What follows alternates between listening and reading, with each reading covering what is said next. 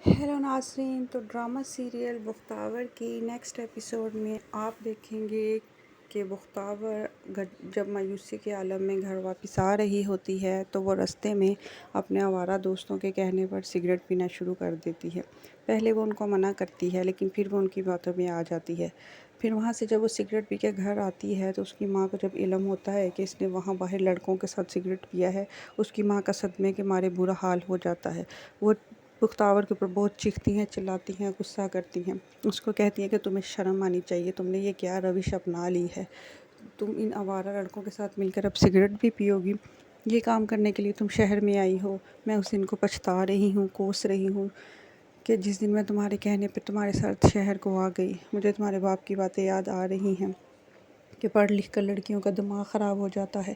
تم تو اپنا مستقبل بنانا چاہتی تھی، تو تم یہ کن لڑکوں کی باتوں میں آ گئی ہو؟ یہ تم نے کیا کیا؟ آج مجھے بہت زیادہ دکھ ہے۔ میں نے تمہارے اوپر بہت بھروسہ کیا، تم نے میرا بھروسہ توڑا ہے، تم نے مجھے دھوکہ دیا ہے۔ میں اب تم پر اعتبار نہیں کروں گی۔ اس کی ماں بہت غصے میں ہوتی ہے، وہ بختاور کو تھپڑ بھی مارتی ہے اور وہ بہت زیادہ بختاور کو باتیں سناتی ہے۔ بختاور کے ساتھ بہت زیادہ ناراض ہو جاتی ہے۔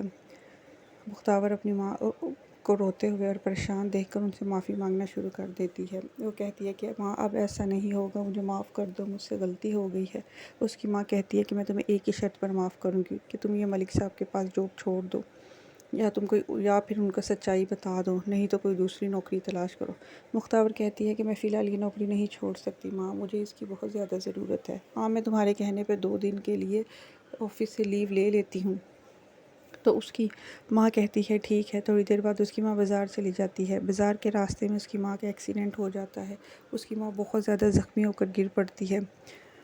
نظر صاحب آ کر بختاور کو بتاتے ہیں کہ تمہاری ماں کا ایکسیڈنٹ ہو گیا ہے۔ بختاور سر پہ دوپٹہ لے کے یوں ہی پریشانی کے عالم گھر سے باہر بھاگتی ہے۔ اس کی ماں سڑک کے اوپر زخمی حالت میں پڑی ہوتی ہے۔ وہ ایمبولینس میں ڈال کر اس کی ماں کو ہاسپٹل لے جاتے ہیں۔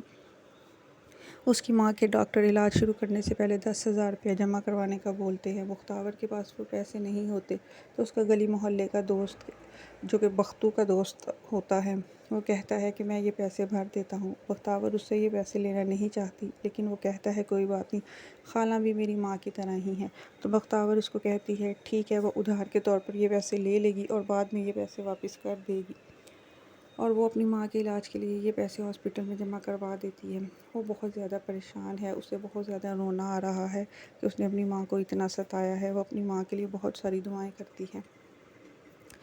دوسری طرف جو ہے وہ ملک صاحب جو ہے وہ حوریہ کے ساتھ باہر کھانا کھانے جاتے ہیں تو حوریہ اس کو بہت ساری باتیں سناتی ہے۔ حوریہ اس کو کہتی ہے کہ تم مجھے توجہ نہیں دیتے، تم میری باتوں کو اہمیت نہیں دیتے، چھوٹی سے چھوٹی میری بات کو پکڑ لیتے ہو، مجھ سے لڑائی جھگڑا کرنا چاہتے ہو، مجھے ایسا لگتا ہے کہ تم اس رشتے سے خوش نہیں ہو۔